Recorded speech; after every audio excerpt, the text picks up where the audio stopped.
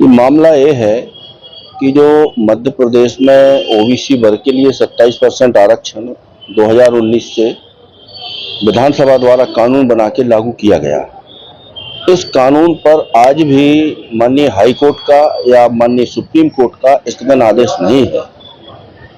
केवल महाधिवक्ता महोदय के अभिमत के आधार पर सिर्फ 14% ही लागू किया जा रहा है। 13% इन्होंने होल्ड कर दिया है। 13% ओबीसी का और 13% सामान्य वर्ग को। इन मामलों के कारण लगभग मध्य प्रदेश में अकेले पीएससी में 35,000 से ऊपर बच्चे इफेक्टेड हैं और ऐसी समस्त भर्तियों को मिला लिया जाए तो लगभग 60-70 हजार जो युवा हैं वो इफेक्टेड हैं, जिनको होल्ड कर दिया गया है, पूरी भर्ती प्रक्रिया में शामिल किया है, अंत में उनको अपॉइंटमेंट ऑर्डर जारी नहीं किया गया है।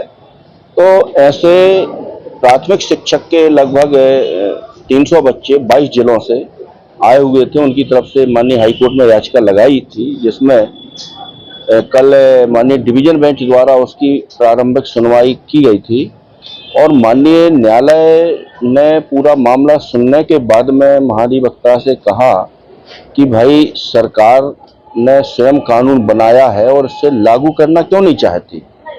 तो महाधिवक्ता ने जो जवाब दिया बड़ा हास्यपद के साथ उस कानून को हाई कोर्ट में चुनौती दी गई है।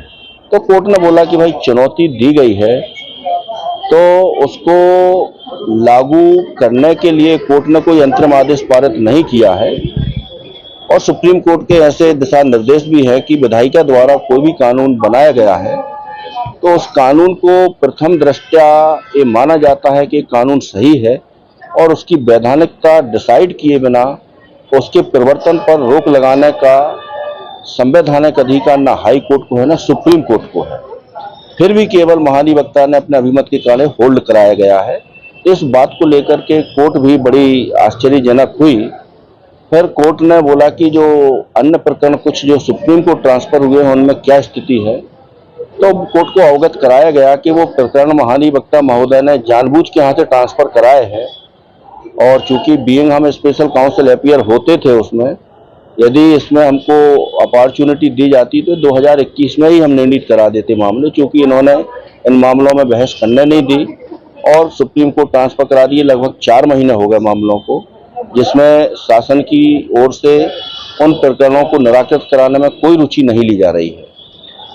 ये भी बात बड़े खुल के कोर्ट में हुई और जो इसमें ओआईसी नियुक्त हैं उनको भी इन प्रकरणों से कोई कंसर्न नहीं है। मिस्टर ओनाले जी इसमें है जेईडी की तरफ से, ये भी माननीय न्यायालय को बात बताई गई।